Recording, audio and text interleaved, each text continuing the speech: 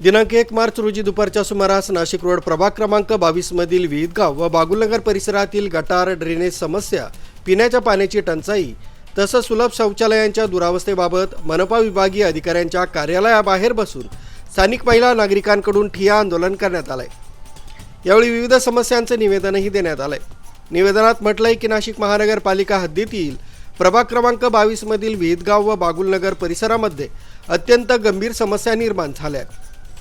सदर परिसरातील गटार ड्रेनेज लाईन पूर्णपणे गच्च भरलेली असून सांडपाणी रस्त्यावर तसंच घरांच्या आसपास साचत आहे। त्यामुळे परिसरात अस्वच्छता निर्माण झाली असून दुर्गंधी पसरली आहे। परिणामी नागरिकांच्या आरोग्यावर गंभीर परिणाम होण्याची दाट शक्यता निर्माण झाली आहे। तसंच परिसरामध्ये पिण्याच्या पाण्याचा तीव्र तुटवडा जाणवत असून नागरिकांना पाण्यासाठी मोठ्या प्रमाणावर त्रास सहन करावा लागतोय।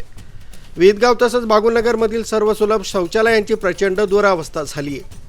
स्वच्छतेचा पूर्ण अभाव दिसून येत आहे। त्यामुळे मोठ्या प्रमाणात गैरसोयीला सामोरं जावं लागत असल्यानं नागरिकांचं आरोग्य हे धोक्यात आलंय। गटार ड्रेनेज लाईनची तात्काळ स्वच्छता व दुरुस्ती करण्यात यावी। परिसरात नियमित व पुरेसा पाणीपुरवठा सुरू करण्यात यावा। सर्व सुलभ शौचालयांची तात्काळ स्वच्छता, दुरुस्ती व देखभाल करण्यात यावी। नागरिकांच्या आरोग्याच्या दृष्टीने आवश्यक ती तातडीची उपाययोजना करण्यात यावी। अन्यथा सदर समस्यांकडे तात्काळ लक्ष न दिल्यास परिसरातील नागरिकांसह मोठा आंदोलन छेडण्याचा इशारा समस्याग्रस्त नागरिकांकडून देण्यात आलाय।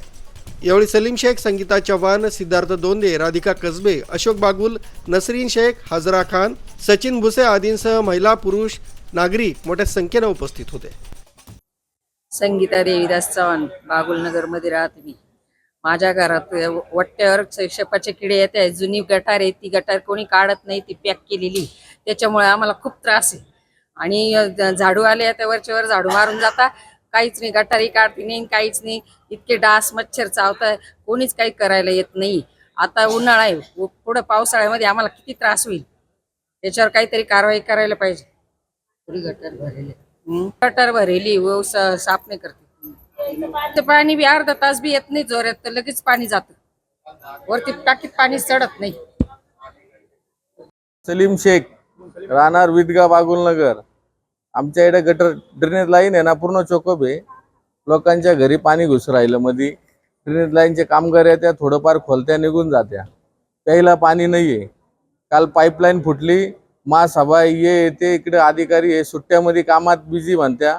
आणि काल 10 अधिकाऱ्यांना फोन केले पाणीसाठी, 10 मिनिटांनी करतो, 15 मिनिटांनी करतो, शेवट पाणी आलंच नाही। ते सकाळीच पाणी आलं। नागरिकांचे हाल होऊ राहिले, बाया मोर्चे काढू राहिले, सकाळपासून पाणी नाही त्यांना। घाण एवढी झाली की डास झाले,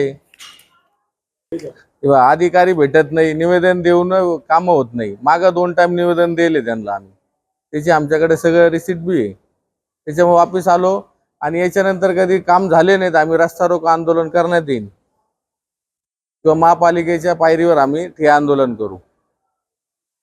मी राधिका मोहन कसबे, मी बागुलनगर मधून येले, कारण की मला आहे ना घरी प्रॉब्लेम आहे। माझ्या घराला दरवाजाने नाली पूर्ण भरती आहे आणि मी त्याची संपर्क करायला इथे येले। असं पूर्ण किडे वरती येत आहे।